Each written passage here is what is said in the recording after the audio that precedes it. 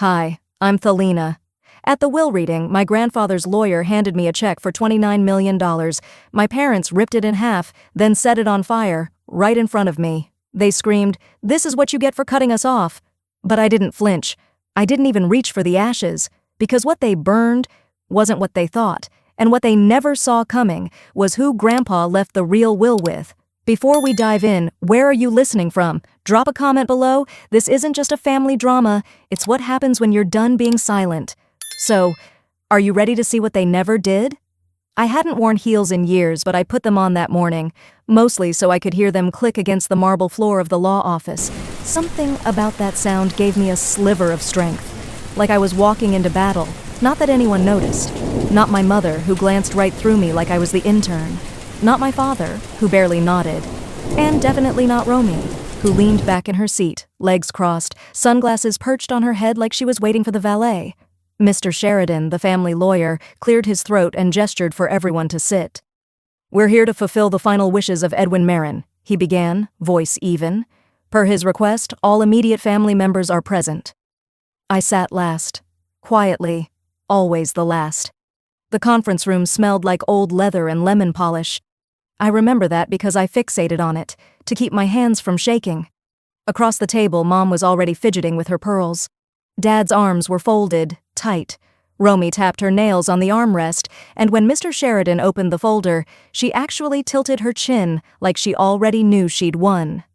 "Your father made specific allocations," Mr. Sheridan said, unfolding a crisp sheet. "To his daughter, Romelia Marin." Romy perked up. "He leaves the cabin in Jackson Hole and the 1959 Gibson guitar." Romy blinked. "I'm sorry, that's it?" He didn't respond, just kept reading. "To Lawrence and Dana Marin, his son and daughter-in-law, he leaves the heirloom grandfather clock, his vinyl collection, and a $10,000 charitable gift made in their name." Mom let out a sound like she'd swallowed a bug. "Excuse me?" Dad scoffed. "This is a joke. And to Thelina Marin..." Mr. Sheridan paused, then turned to me directly. "He leaves his entire financial estate, totaling $29,246,000. You could have heard a feather drop. "What?" my father barked. Mr. Sheridan held firm. "It was notarized. He made this change in person 3 months ago. It was deliberate." "That can't be right," Mom said. "She hasn't spoken to us in years. She left this family." "She abandoned us," Dad snapped, his voice rising. "She doesn't get to walk in here like some martyr and collect a fortune." Mr. Sheridan, to his credit, didn't blink. Instead, he reached under the desk and pulled out a thick brown envelope, sealed in wax. Grandpa's old stamp, the horse he carved himself, was still visible. My fingers hesitated, but I reached out and took it. Inside was a folded check and a note. "For the one who stayed silent and stayed strong. You were never forgotten. I saw everything." Before I could read it twice, my father's hand lunged across the table and snatched the check from my lap. "What are you doing?" I asked, my voice even. He didn't answer. He held it up, inspecting it like it was counterfeit. Mom snatched the note. "Give that back?" "Stayed silent? You mean ungrateful?" She ripped it in half. Then again, until the words were unreadable. Romy leaned back, smirking. "Oh, please, you're not the victim here. You've always played poor little Thelina. You cut us off. Grandpa just felt sorry for you." "That's not true." But Dad was already pulling a lighter from his coat pocket. "Lawrence," Mr. Sheridan warned, standing. "I'm not letting her buy her way back in," he growled. He lit the flame. The check curled fast, smoke rising in delicate spirals until it dropped, blackened, into the crystal ashtray in front of him. "Now," he said, voice thick with rage, "we're even." I didn't move, didn't blink. Mom crossed her arms, smug. "This is what happens when you betray your family." "She didn't even come to the hospital when Dad was sick," Romy added.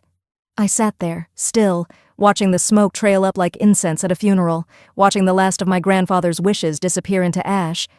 But what they didn't know? That check wasn't real. What burned was a blank stand-in. I'd found it in Grandpa's study a month before he passed. He warned me they'd try to ruin whatever they couldn't control, told me they'd want to destroy something, so we planned for it. The real check? Wired directly to a separate trust. Untouchable. Untraceable. The folder he handed me in private, 2 months earlier, was still tucked into my coat pocket, so I smiled. Not the kind you wear in family photos. The kind that pulls up slow, like the dawn after a long, dark winter. They'd already decided I was the outcast, the one who left. Let them keep that version. Let them think they won.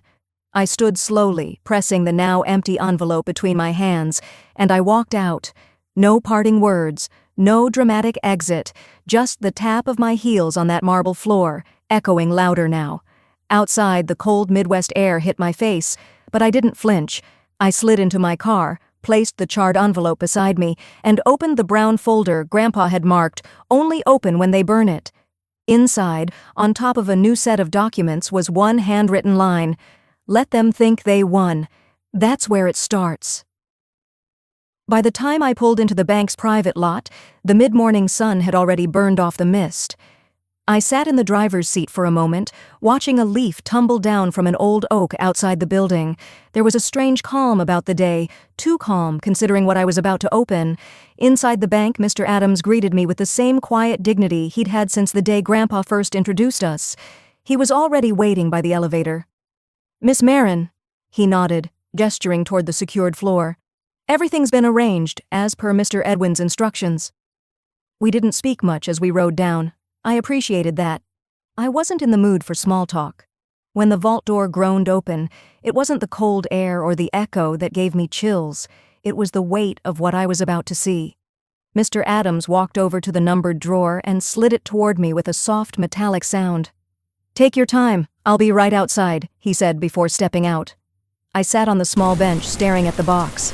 2 months ago, Grandpa handed me a brown envelope at a diner off I-70. He looked tired, like the years had caught up all at once. I remember his voice, low but steady.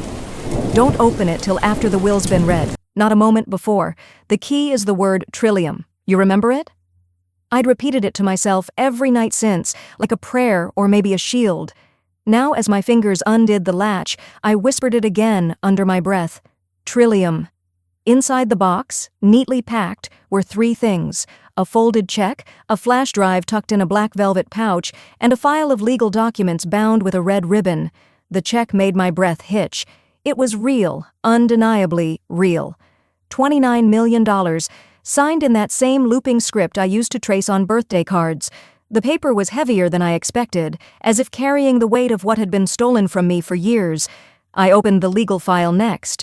It held 2 older wills, one from 8 years ago, another from just 3.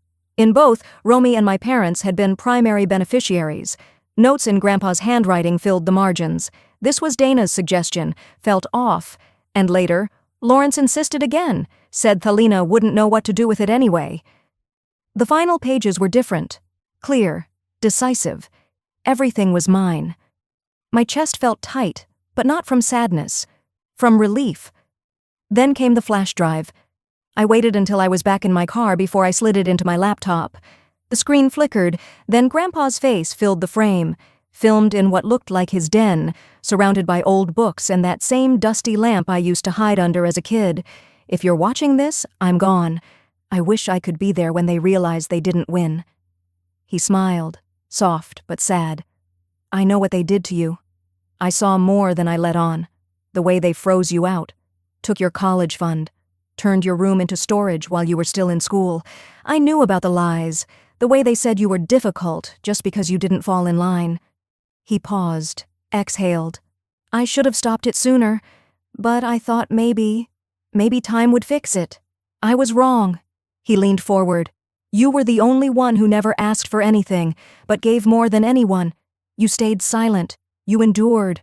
That was never weakness. That was strength. You loved without strings." I blinked fast, lips tight. "This is yours now. Let them react. Let them throw their tantrums. But stay calm. The law's already on your side." His eyes softened again. "You'll know when to speak. But sometimes, silence is the sharpest blade." Then the screen faded to black. I sat in my car for a long time. Just still. The check, the files, the video, none of it changed what had already happened.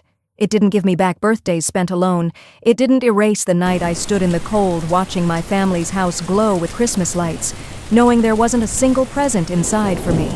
Later that night, back in my rental, I placed the burned envelope. The one they thought held the real check on my kitchen table. Yeah, I opened a drawer and pulled out the old scarf Grandpa gave me when I turned 10. It still smelled faintly of cedar. I wrapped the real check inside and placed it gently in the safe at the back of my closet, along with the USB and documents.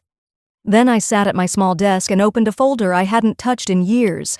The college letters I never replied to, the business ideas I'd once sketched out. Back when I still believed I was allowed to dream. One memory slipped in like a cold draft.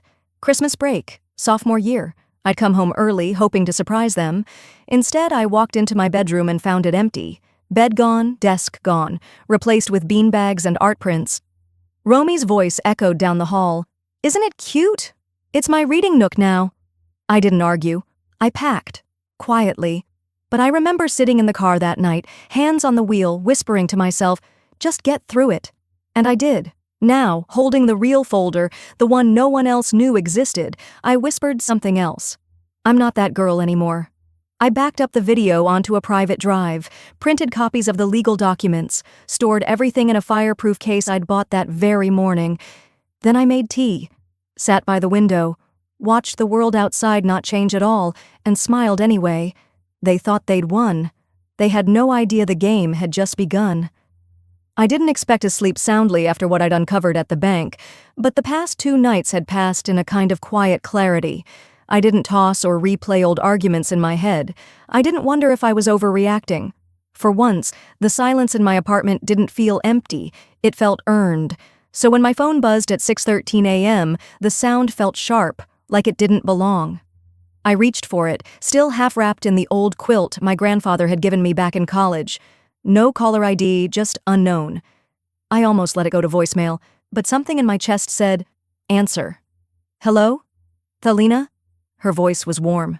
Too warm. "Hey, it's Romy. I know it's early, sorry, I was hoping maybe we could talk. Just us." I didn't respond right away. She filled the pause. "I thought maybe we could grab coffee like we used to. Just talk. You pick the place." The last time Romy asked to talk just us, I ended up being blamed for ruining Mom's retirement dinner because I didn't laugh at her husband's joke about my useless degree. Still, I found myself saying, "All right, 11, Cornerstone Cafe." She agreed quickly, too quickly. We hung up and I deleted her number right after. Again. Just in case. I didn't do much for the next few hours. I read through some of Grandpa's old financial notes from the vault, let a pot of tea go cold, and walked the perimeter of my apartment more than once. There was nothing in this small space that needed checking. I just didn't want to sit still with whatever Romy thought she had planned. By the time I reached the cafe, the sky had softened into that gray winter light that makes everything look a little tired. I spotted Romy instantly. She'd taken the same table we used to claim during finals week, a quiet corner near the window, too far from the heater. She was already seated, coat off, a baby pink sweater hugging her arms. Her smile lit up when she saw me, almost like we were meeting after a spa weekend. "Thalina," she breathed, standing as if to hug me, then thinking better of it. I took the seat opposite her without a word. "It's been too long," she said, stirring her coffee even though it looked barely touched. "I keep thinking about those late nights here, you remember? You with your highlighters and flashcards, me stress-eating banana bread like it was going out of style." I gave a small nod. "You used to take my tea when you ran out of money." She laughed a little too loud, then quickly dialed it back. "Well, yeah. You always had this way of planning ahead. You were like 40 at 21, in a good way." Silence settled between us. I sipped my chamomile. Then, as if by cue, she shifted gears. "Mom hasn't been the same since the will reading," she said softly. "She's not eating. Dad barely speaks. They're hurting. They feel like you just disappeared on them." I raised an eyebrow but said nothing. Her smile flickered. "You know, I get it. I do. You've always felt like the outsider. But cutting us off like this, it's cruel, Thalina." The tea tasted warm, grounding. I let the silence work. "I mean," she went on, "even Grandpa, sometimes he said you held things too tightly, that you were distant." I looked at her. "Did he say that to you? Or did someone else?" Her jaw clenched just for a second. "I'm just saying, no one wants this family to fall apart." She tried to meet my eyes, but I was already reaching for my mug again. Her tone wavered then. That check. The one you threw in the fire? Was it real? There it was. The real reason she came. Her voice cracked slightly. Because if it was, then that's a lot of money to just let burn. I set my mug down gently. It was just a piece of paper. She blinked. What? It's gone now. The silence this time wasn't comfortable. It bristled. Her smile was gone. Whatever Grandpa left you, whatever game this is, don't make it worse than it has to be. This family has already lost so much. I stood slowly, slipped my coat on. Then let's not lose more. Wait. Her voice rose slightly. You know Mom's thinking about contesting the will. I turned toward her. My face didn't move. She's welcome to try. There wasn't anger in my voice, just finality. Romy's mouth opened, then closed. I walked out without another word. The wind had picked up. It bit through my coat as I walked to my car. But I didn't rush. Each step felt like it was breaking a rhythm I'd stayed in too long. I didn't look back. I didn't plan on doing much when I got back to my apartment that night. I kicked off my shoes, peeled out of that sweater that still smelled faintly of cinnamon latte and confrontation, and stood still in the middle of my kitchen like I'd forgotten what normal even looked like. My hands still felt cold, even though the room was warm. I was reaching for the tea kettle when I noticed something odd, something taped to the outside of my front door, just below the peephole. At first, I thought it might have been a flyer, but the way it was centered, neat, plain white, it didn't feel random. I opened the door and gently peeled it off. No name. No return address, no stamp. Just a plain white envelope. Sealed. The handwriting was tight, angled, written in a pen that dragged a little on the paper. Something about it stirred a memory, but it floated just out of reach, like trying to remember the smell of a childhood house. I closed the door, sat down at the kitchen table and stared at it for a long minute. Then I opened it. Inside was a single sheet of paper. No greeting, no sign-off. Just a message that stopped my breath. What they burned wasn't the real check. Don't speak, just move wisely. And look in box arrayed at the security firm. You'll understand everything. That was it. I read it again, then again. By the fifth time, I still hadn't moved. My mind was racing, but my body was still. It wasn't fear that locked me in place, it was recognition. Whoever sent this knew what had happened, and whoever they were trying to help me. I folded the note back up slowly and slid it under a cookbook on the counter, like hiding it would make the moment more real. Then I opened the drawer next to the stove. There it was. My grandfather's old brass key. He'd given it to me on my 18th birthday, wrapped in a handkerchief with only one sentence. You'll need this someday, when you're ready to claim yourself. Back then, I thought it was just one of those cryptic, sentimental things old men say when they're feeling nostalgic. I never asked what it opened. I just kept it, tucked away, forgotten, until now. I stared at it, sitting in the palm of my hand, heavy for its size. I didn't sleep that night. I laid on the couch in the dark, the envelope and the key on the table, the message echoing in my ears like it had been whispered by someone standing right behind me. Morning came gray and early. I called the same private vault firm Grandpa had used, where they'd read his will. The receptionist picked up after the second ring, her voice clipped but polite. Good morning, Langford Vault and Estate, she said. Hi, I began, my voice calm. I'm Thelina Marin. I'm calling to follow up on a residual item tied to my grandfather's estate. I believe it's in a secured box. There was a brief silence. Typing. Then she asked, Do you have the key code or box number? Box number 8, I said. And, yes, I have the key. More silence. Then, more typing.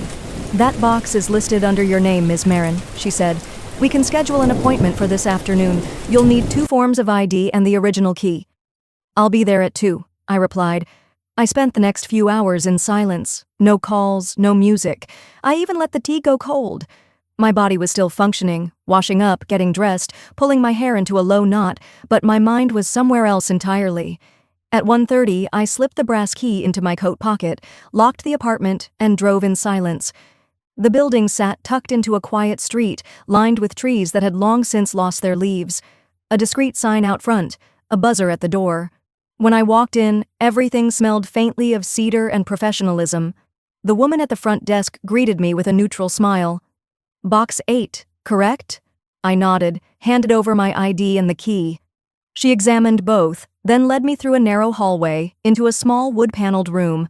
There was only one chair, one table, and a wall lined with safe deposit boxes.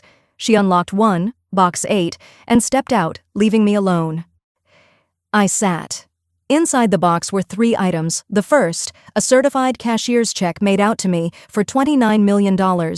I didn't react, not out loud, but my breath caught for a moment, like my body had to adjust to the sheer weight of the number staring back at me.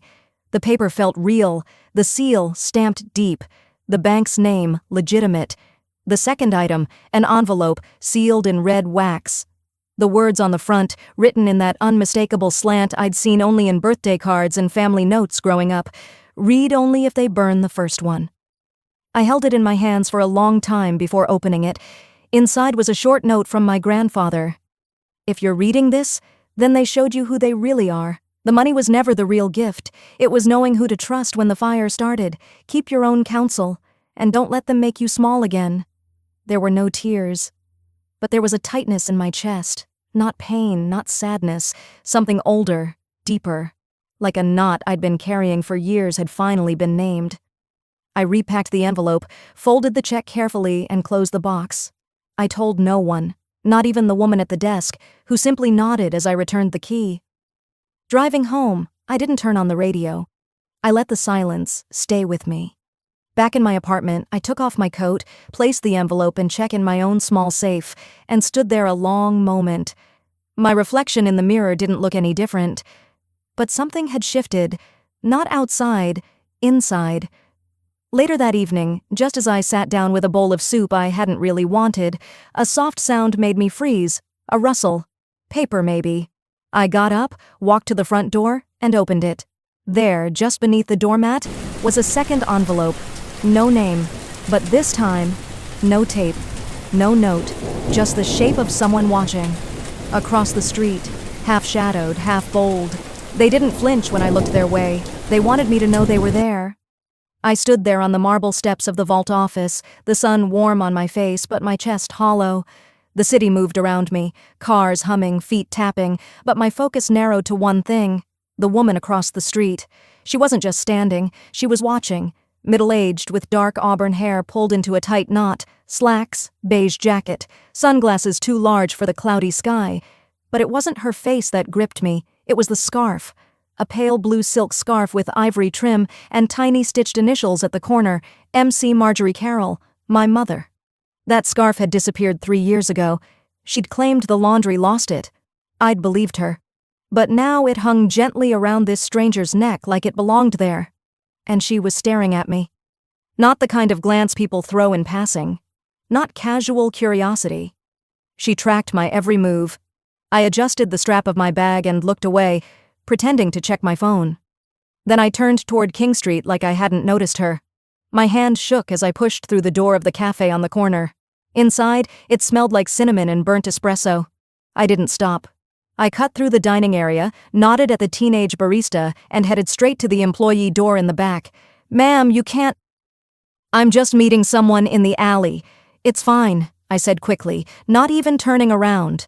The metal door groaned as I pushed it open and stepped out into the quiet rear alley, brick walls closing in on both sides.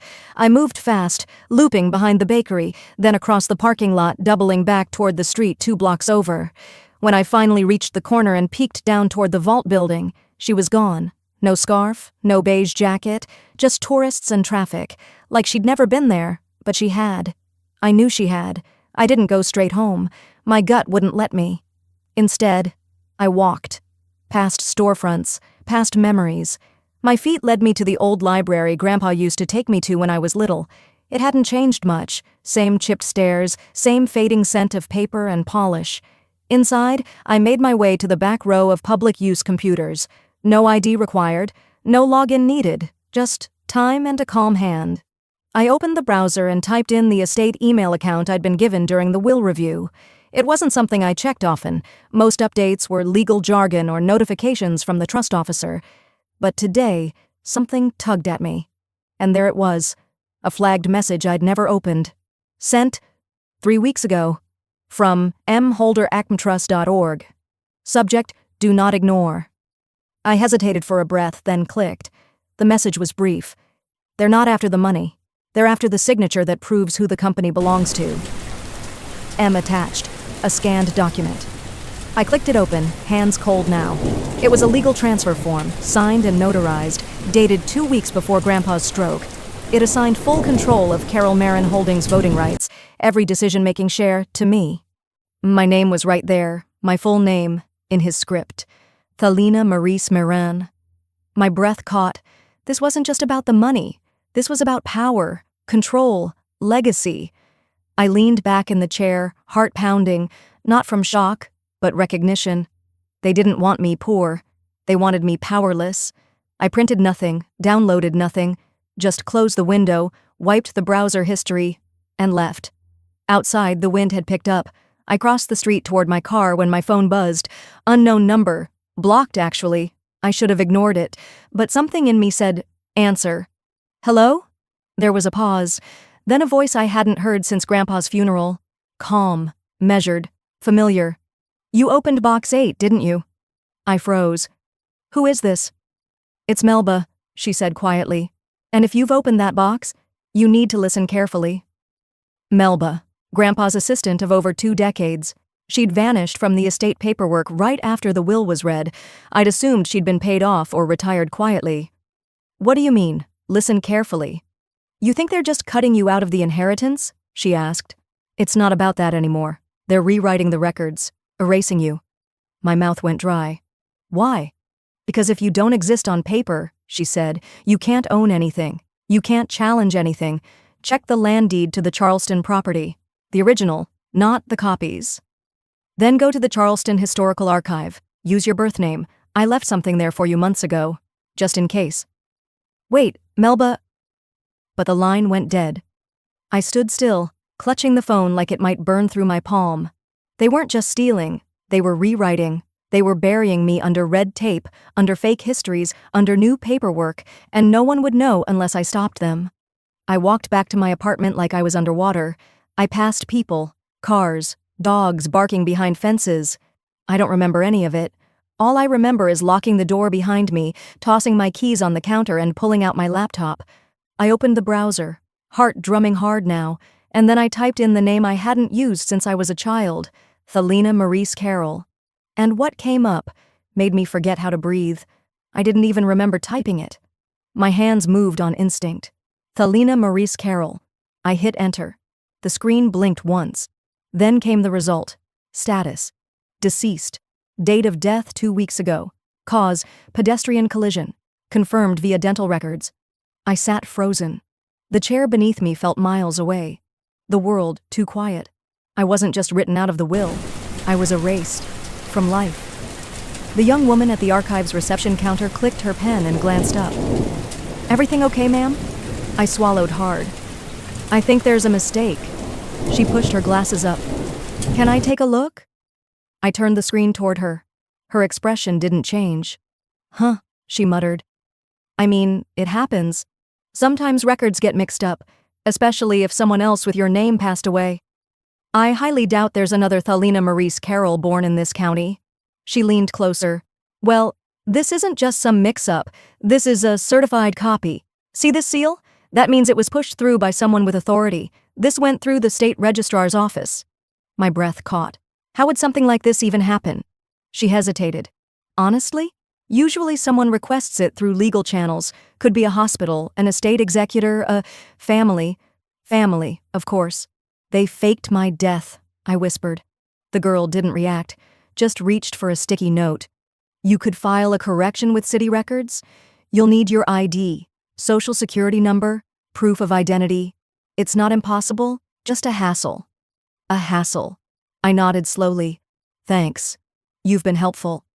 The moment I stepped outside, I felt stripped bare, like walking around without skin. Every breath hurt, every step felt too loud. I caught a cab to the Charleston City Records office. My fingers trembled as I pulled out my ID, my social security card, everything I could find in my bag that tied me to the name they said no longer belonged to a living person. The clerk was polite, too polite, that kind of rehearsed customer service tone that made me instantly uneasy. She typed for a few minutes, then frowned. That's strange. What is? I asked, trying to sound steady. Your social security number's been flagged as inactive. That only happens when someone dies, I finished for her. She looked at me, pity in her eyes. Exactly. I pulled out my phone to log into my bank app. Error, account not found. I tried the credit card app. Your card has been suspended. Contact your issuer. I leaned against the counter, dizzy. Ma'am, the clerk said gently, do you want me to call someone for you? I shook my head. No, I just need a minute. She nodded and stepped away. I stared out the window. The streets moved as usual, people heading to lunch, couples laughing, kids waiting for a bus. And me? A ghost with a heartbeat. A memory flashed. Me, sitting beside Grandpa after his third stroke. His voice slow but sharp as ever. If they can't control you, sweetheart, they'll wipe you off the map. That's what power does when it's afraid. It erases. He hadn't been exaggerating. I left the building without another word, walking fast now.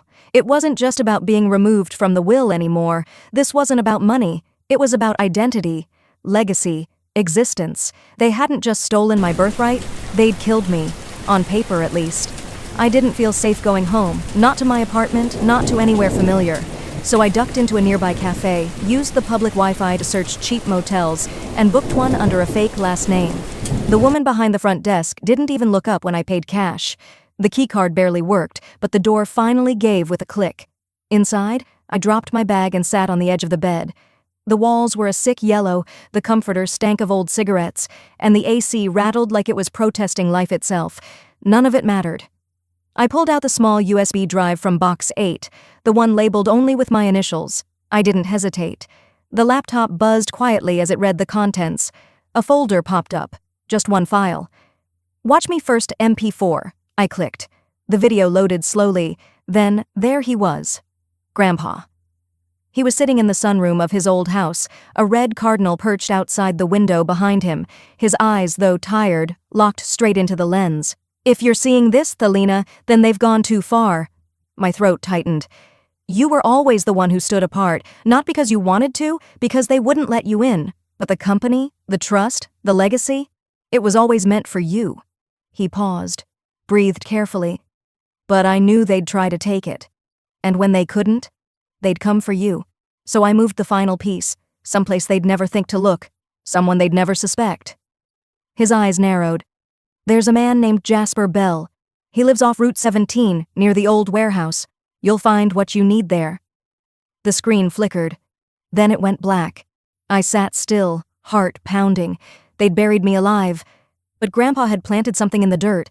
I stood up, tucked the USB back into its case, and looked at myself in the mirror above the cheap dresser. I looked nothing like I had a week ago. No makeup, hollow eyes, but something else had shifted too. I wasn't scared now. I was focused. Time to resurrect myself, I said. And I meant it. I barely slept.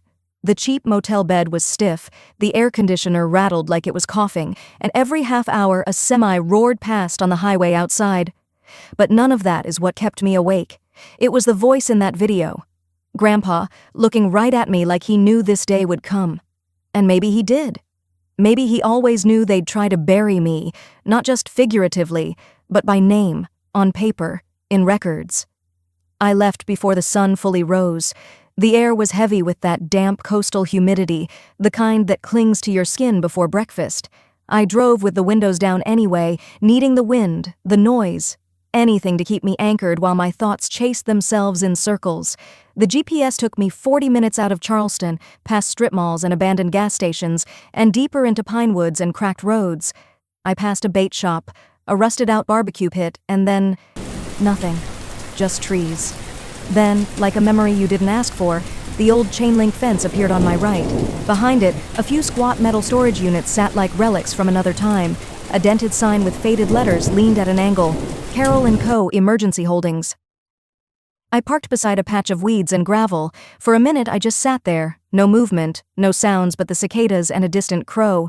It was so ordinary, so plain, it almost felt like a joke. But the GPS flashed green. Unit 19B, 36 feet ahead. The padlock wasn't broken. It squealed when I twisted the key from the USB box. Dust shook loose as the door creaked upward, and light spilled in through the grimy skylight above. I stood at the edge, staring. Boxes, Metal shelves, a rolled-up rug, a few office chairs stacked haphazardly in the corner. But front and center, like he meant for it to be found first, sat a fireproof briefcase. Black, heavy-duty, and on top, taped with yellowing Scotch tape, a note in Grandpa's handwriting. "If they ever burn you, open this." I pulled it close and sat down on one of the crates. My fingers fumbled with the latches. Inside were truths I wasn't ready for. His voice again, this time on a small tape recorder labeled in pen, "For her ears only." I pressed play, and his old voice, now more fragile, filled the quiet space. "They told me they'd put me in a home if I tried to change it. Your aunt even brought papers she claimed were court-reviewed. But I knew what they were doing, so I left you something they couldn't reach." I blinked, holding in the tears. "They don't just want to cut you out, Talina. They want your silence, but you—" The tape crackled. "You're the legacy they're afraid of." Below the recorder was a manila folder. Inside it, my original birth certificate. Not the revised one the lawyer at the firm had shown me 2 years ago, the one that listed my stepfather's last name. This one was untouched, pure. Thalina Maurice Carroll. No hyphens, no edits. Next came the letters, 10, maybe 12 of them, all addressed to me. Most had never been mailed. One was dated the week before his will had been allegedly finalized. Another, written 2 days after the forged death certificate had been filed. I kept going. A will draft, signed and notarized, naming me sole executor and majority stakeholder of the Carroll Family Trust. My hands started shaking. That date, it was after the so-called death record. They knew I was alive, and they filed it anyway. Below the will, tucked under a hard plastic binder, was a land deed. My name was on it, not my father's, not Romy's, mine. Grandpa had transferred the rights quietly years ago and recorded it through a separate trust. It was the land under the estate, the very foundation they'd built their whole illusion of power on. I took a breath, a deep one, then another. This wasn't just theft, it was war. I pulled out my phone and started snapping photos. Every page, every document. I scanned them using a cloud encryption app I downloaded the night before and uploaded everything to a hidden drive, backed up in 3 different locations. Then I labeled them by category: will, trust, identity fraud, deed. As the last file uploaded, I pulled out the cheap prepaid phone I'd picked up near the motel and typed in the number I'd written on the back of my motel receipt. Probate and Asset Law, Charleston office. A woman answered on the second ring. "I need to speak to someone about a will contest and identity fraud," I said calmly. She paused. "Do you have documentation?" "I do, and I'd prefer to speak in person, discreetly." I booked the earliest available slot for that afternoon, 2 p.m. As I stepped out of the storage unit, the late morning sun was already brutal. I locked it back up, double-checking the latch, and started walking back to the car. My burner phone buzzed. Voicemail. I played it on speaker as I unlocked the door. "Talina!" Romy's voice cracked like she'd been crying. If you're alive, I didn't know they were gonna take it that far. I didn't know about the death form, I swear. It wasn't me. I just signed where they told me. I didn't know what it was. Please believe me." Silence, then a shaky breath before she hung up. I stood there, phone still in my hand, for a full minute, not moving, not thinking, and then I laughed, quiet, bitter, but with a sharp edge. "Thanks for the confession, sis." I climbed in, buckled my seatbelt, and checked the address for the law office one more time. They wanted me gone, forgotten, erased, but I'm still here, and now I have proof. I stepped out of the dusty warehouse and into the sunlight like I'd just climbed out of a crypt. Everything in my arms felt heavier now. Files, a USB, Grandpa's tape. Not because of the weight, but because of what they meant. Proof. After all their lies, I finally had something solid. I didn't drive straight downtown. I pulled off to a diner near the overpass, sat in a booth by the window, and ordered nothing but coffee. I needed a moment to breathe, to think, to center myself. It was only after uploading every scanned page to a locked cloud folder that I finally exhaled. The burner phone buzzed quietly next to the mug. "Ms. Orton will see you at 3:30. Use the 6th Street side entrance. Ask for Rita." I left a tip under my untouched mug and drove downtown, past the courthouse I used to walk by as a teenager, wondering if justice ever truly lived inside it. Today, I was going to find out. The Fulton and Wesley building didn't look like the kind of place that held secrets, but I knew better. Legal offices didn't need to scream power. They whispered it, behind frosted glass and heavy doors. I checked my reflection in the elevator wall. My face looked calm, maybe even elegant. No one would guess that just 2 days ago, I was an erased woman. Now I carried my own name like a loaded weapon. At the receptionist's desk, I spoke softly. "Thalina Marin, I have a 3:30 with Sylvia Orton." The woman behind the counter blinked, just once, but I caught the flicker. Her fingers paused over the keyboard like she was waiting for someone to correct her, but none came. "Of course," she said, voice neutral. "Please have a seat." The waiting room was quiet, full of hushed tones and expensive silence. Before long, a door opened. She looked like she belonged in another era. Elegant suit, silver hair swept back, no-nonsense eyes. "Thalina Marin," she said, more statement than question. "I was wondering when you'd stop being the ghost in their story." Her voice wasn't sharp, but it wasn't soft either. It was steady, anchored. She didn't speak to impress. She spoke like a woman who'd won battles and buried the unnecessary. I followed her down the hall into a private room, simple but shielded, with thick walls and a locked cabinet. She motioned to the table. "What have you got?" I set the case down gently, opened the files, spread the photos, plugged in the flash drive. She didn't flinch as she examined each document. She just nodded occasionally, like ticking boxes in her mind. But when she unfolded the letter marked in Grandpa's shaky hand, "If they ever burn you, open this." Her eyes did something small. They softened, just for a breath. Then she pulled a drawer, laid out a notepad, and tapped a pen twice before speaking. "You're not going to like this next part." "I haven't liked much so far," I said quietly. She half smiled. "Fair." Sylvia opened a file of her own and pulled out a sealed envelope. Her fingers slid it across to me. "Your grandfather wasn't blind. He knew retaliation was a possibility. 2 months before his death, he came to us, quietly, had us notarize a witness affidavit and a personal statement." I looked at the seal, unbroken. "He named you sole heir to all liquid assets, stocks, bonds, cash reserves, not the land. That's trust deed territory. And from what you've shown me, you have that handled. But the statement? It's gold." I opened the envelope. His words were simple, typewritten. "I, Bernard Marin, being of sound mind and body, hereby affirm that I have revised my estate to reflect my granddaughter, Thalina Marin, as the rightful and sole heir of all financial holdings not tied to land. I have done so free from coercion and in full knowledge of existing family disputes." Beneath it, the notary's name, Edna Monroe, a name I hadn't heard since childhood church picnics. "She witnessed it?" I asked, voice rough with memory. Sylvia nodded.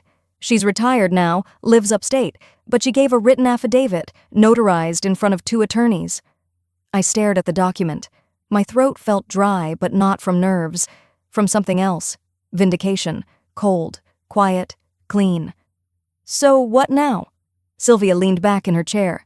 "Now," she said, "we file, probate challenge. We'll request an expedited hearing based on concealed evidence and falsified filings, and we let the court decide who deserves ashes and who deserves empire." A silence settled between us. Then she added, "But don't contact them. Let them keep smiling on camera. Let them keep calling you unstable in public. Every word they say right now is a gift." I pulled my phone from my coat pocket and showed her a screenshot. My mother, arm in arm with Romy, standing in front of the estate sign with the caption, "First in line, always have been." Sylvia didn't react. I said, "I've already scheduled a photographer. For me, I'll post it right under this, a little before the notice arrives, just enough time for the shame to set in." She nodded. "Let it bleed slowly." I stood, collected my files, and shook her hand. As I stepped into the hallway, my phone buzzed. Not a text this time, a voice message. It was Romy. Her voice trembled, thin, frayed, almost desperate. "If you're alive?" I didn't know they were going to take it that far. I didn't know about the death form. I swear it wasn't me. Please, don't shut me out. I didn't sign anything. It was all Dad. Please. I listened to it twice, then I pressed save. Walking out onto the street, I smiled. Not out of cruelty, not out of pride, just out of peace. "Thanks for the confession, sis." The night before the hearing, I couldn't sleep, not from nerves. That part had burned off weeks ago, when they left me behind without even a backward glance, when they laughed about it online. when they posted the check like it was some badge of honor for abandoning me. But now, something sat heavier in my chest, a vibration under my ribs, like a storm forming, but not from fear, from knowing. I was about to end it. That morning, I walked into the county probate court with my spine straight, my hair tied back, and Sylvia beside me in a calm, focused rhythm that matched my own. She gave me a quiet glance as we stepped through security. Last chance to back out. I met her eyes. They've earned every word. We passed through the marble atrium and followed signs to hearing room 2B. It was quiet, too quiet for what I was about to do, the kind of quiet that makes people forget how loud truth can get when it finally has a mic. Inside, my parents sat together. My father wore a navy blazer he hadn't bothered to iron, and my mother was in pearls, though they sat wrong on her neck, like they knew they didn't belong there. They didn't look at me, but their smirks didn't hide. Their lawyer, young, overconfident, loud, was leaning back in his chair like he'd already won. It made what came next even sweeter. Judge Kinley entered, stern as always. He didn't speak much, but when he did, it felt like he measured every word in court weight. The hearing began. Formalities, probate language, pages turned, documents introduced. Then Sylvia stood. She didn't rush. She spoke like someone who knew silence was her ally. We are here today to finalize the probate on the estate of Mr. Henry Darnell, whose will is in dispute. My parents' lawyer stood next. Your Honor, the decedent's most recent will, dated February of last year, clearly leaves all major property and assets to my clients. Kinley nodded. Continue. Sylvia calmly opened a folder. We are submitting into evidence a revised will, executed under legal counsel dated 5 months later, naming my client Ms. Thalina Darnell as sole heir. My father scoffed. That's forged. Kinley held up a hand. You'll have your turn. Sylvia didn't even blink. Additionally, we have a sworn affidavit from a retired notary who witnessed the signing, as well as correspondence proving no cognitive impairment at the time. The young lawyer rolled his eyes. It's not unusual for families to claim new wills, especially estranged relatives. Sylvia smiled faintly. We anticipated that objection. She tapped her tablet and connected it to the courtroom's screen. The lights dimmed slightly. Then, Grandpa's face appeared, gaunt, eyes soft but sharp, lying back in a hospice bed, an oxygen tube in his nose. But his voice was clear as day. If they're in court again, it means they're doing what I feared. If you're watching this, sweetheart, it's because I knew they'd try to erase you, but you were never forgettable. I didn't breathe. He looked straight into the camera, not frail, not confused, just tired and done playing along. They made me sign a version of the will I didn't want, pressured me, told me you were just trying to take what wasn't yours. I was weak, but not gone. I changed it back, quietly, and I made sure someone honest watched me sign it. He paused, swallowed hard. They'll pretend it's about fairness, but you and I both know it's about shame. I wasn't ashamed of you. I was ashamed of letting them win. The video ended. My mother made a choking noise. The lawyer beside her whispered something urgently, but she waved him off. Sylvia wasn't done. She added a printout to the record. Your Honor, we are also submitting text messages from Romy Darnell, sent to Mr. Darnell during his final months, suggesting he'd better stick to the script, or else things could get complicated fast. There it was. No yelling, no drama, just facts. Judge Kinley leaned back slowly. His expression was unreadable at first. Then came the slow shake of the head.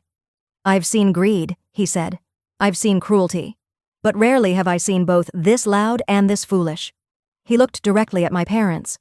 You attempted to mislead this court, conceal coercion, and destroy legal documentation. Ms. Darnell, he turned to me, is affirmed as the sole legal heir. The estate shall be transferred accordingly. I exhaled, but he wasn't finished. To the respondents, your behavior warrants further scrutiny. Pending investigation into elder coercion and document tampering, I am ordering a freeze on your current assets and issuing a fine for contempt of court. My father stood up like he was about to argue, but the judge didn't even acknowledge him. Court is adjourned. Outside, the air felt different. It wasn't just the spring breeze. It was lighter, like something heavy had finally peeled itself off my back. I stood alone on the courthouse steps, papers in hand, when a reporter with a mic approached. Ms. Darnell, would you like to make a statement? Anything you'd like to say to your parents after all this?" I paused, looked out at the street, people passing, horns honking.